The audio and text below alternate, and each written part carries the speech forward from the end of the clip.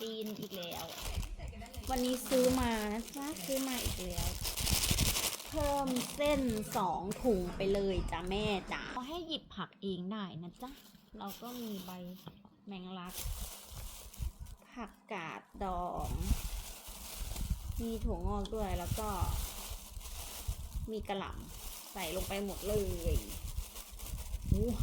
เยอะมากป่าอันนี้ซื้อมาชุดละ35นะทุกคนแล้วก็หยิบผักเองได้ค่ะ